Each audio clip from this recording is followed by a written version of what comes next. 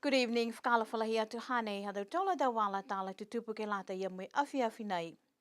Kua whai hiki anga tuai ke lata mui hauanga he wakatonga ke motu ke hau he hala mai Fisi Samoa mo Amerika Samoa.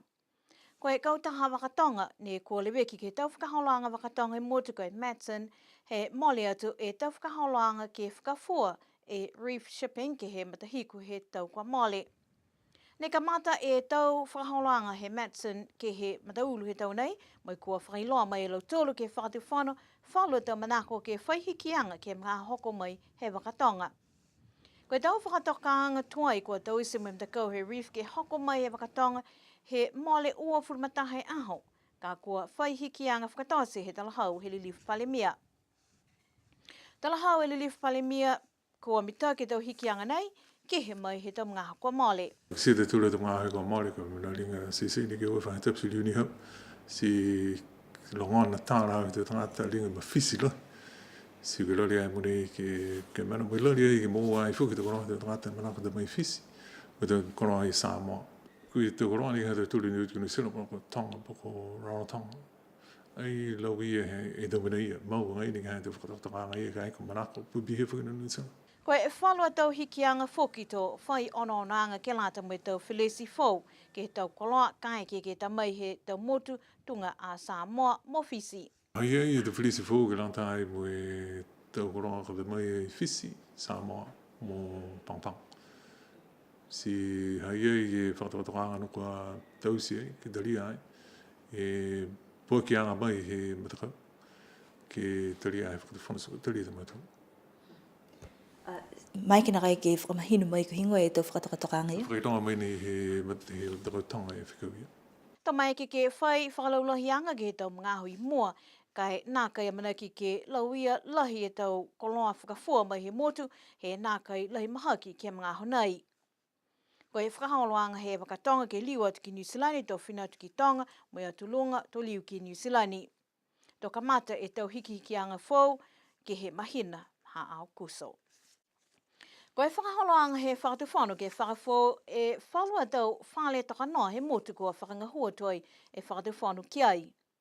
Pa he lilifu palemia ko take tālangi kua whakatutala toi e whakatawhano mo e taumdakau taki maanga he motu.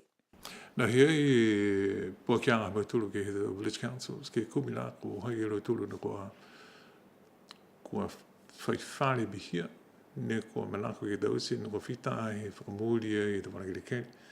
Mo e nā kai tau rātou tau whare. Kai kua whai ke whakairoa mai, ke tau se taha whakahoranga, ke lāta ai me tau whare, mau ngai na whakahoranga. Whai whale whoki kua kisia kai nā kai mahino mitaki ke he mga honei koe whiha. Pe he whoki li liu palemia ko toke tālangi koe manako ke tuku haki ki lunga e numela he tau whale tauli whenanga. Koe tau whakaholoanga ke lata mo e whakaholoanga he tau whale kua whaififilianga whoki e whakatawhano ke he tau ngahua ka whakatoka aki. Leasing ha, te tungi whakatawhano leasing he tau tangatani ke he whale mo e wanakiri kele. He tau. Ai ke kua onona tau tulu, e whitupula tulu mo ke tau whale he mahane. Mo e ringa hongwhamalima ke uafulu tau. Ke whakaonga ai, ke lata ai me te tangatau whenau. Kai ke mo e tau lisnei kua whai numela tupana gai ne kua whakatoki ke ke whakatatai osi po ke utani ke he minda ke kai ne po ke lahi kai ne tanga. Koe lahi matulu hāka warakiri kere ke whakatatai. Kai hei whukini whuru mena ni kua rāti o nōnu ke a koe manako whangā ke sia ka mairai ke whairang matai anga ke te village councils i tau tupini. Koe whakaholoanga nei, he lilifu palemia ko toke tālangi toka mata whakangahua. Ka mau popo e tau whakaholoanga he whakatawhano, molo tolu e tau pule whanua. Koe pungi nei kua whaile kua maua he mtakau leo, mo e whakailoa whoki, kua whaifuata ko tuku atu ke lewekianga he mtakau leo ha koe le kua nei ko tupu ke manga ko tuapa. Pe he taki leo he motu ko Tony Edwards, whaile kua mawhisi e pungi nei ko hoko atu ke he taha lota kaina, mai uta ke he taha fuata mai he kaina, tuku atu ke he lewekianga he mtakau leo, ke tuku he hana mana tuanga ha koe le kua ne ko tupu ina nei, ato tau se taha whakaholoanga kia ia. Pe he kia ia koe kumikumi ngai ani e mtakau leo, ke le kua nei ko tupu. Kua takalanga e tau pisinisi mo tau mtakau kua whakakisa manako ke he tau tupi lang matai he Chamber of Commerce ke lang matai e tau pisinisi po ke tau puhala mo a tupi. Ua e se au le mo fule a whtāla ne whakatupi he NZ ne talhau he lilif palimia kua tuku atu whakamua ke whale tupi a sihake kai nā kai whai tangata kua watu ke whakaonga ha koe tau whakatokanga kua lata ki mumui tua ki ai. Koe mena ia kua tātua i ke ngahua he Chamber of Commerce. Kua langa ua e whakailoa ke o atu ke tohe tau tohi ola ke whakakau pā mai he whae a whetala mai molea e tahe seo onungu fulu i tangata kua tohe tau tohi ole. Kua uste tupe he fufutai, a mora ki ke whai tupe fu ki he futafu, kano he tupe nei ki ramatai e tau bizinisi te tangata he tau tulu mutu. Nā kai ni e tau bizinisi whaki sia tau tulu. Kai manakaro heo ki ramatai e rau tulu te tangata hofunua, tangata o tahi. He ne whaki sia tau tulu, tau waka me tau whamana mihia. Ke whakahanga mtake rau tulu tau mahua, se mihia fuki ni tau whamana tuki tau talatarai, tau tangata tau se tua se whamana mihia. Ke ramatai tau tangata tau tulu ke whakahanga mtake rau tulu tau bizinisi. Mai longa koe hingoa he tau tupe nei koe Business Development Fund, kai ki sia kua lahe manako mai whalu ne nā kai koe tau pisinisi whakatu pawaki. Si manako whoki ke tau lang matai ke lata mo lau tolu ia. Koe ono anga ki he mātuta ki anga he tau lang matai, pehe nei, kua lata ki wewehe he talahau he lilif palimia. Uringa kua lata ke wewehe. Pehe he whae he tau tangata ngofunua, pehe he tau tangata pisika, pehe he tau tangata tau se bizinisi tualisi whamana pihia.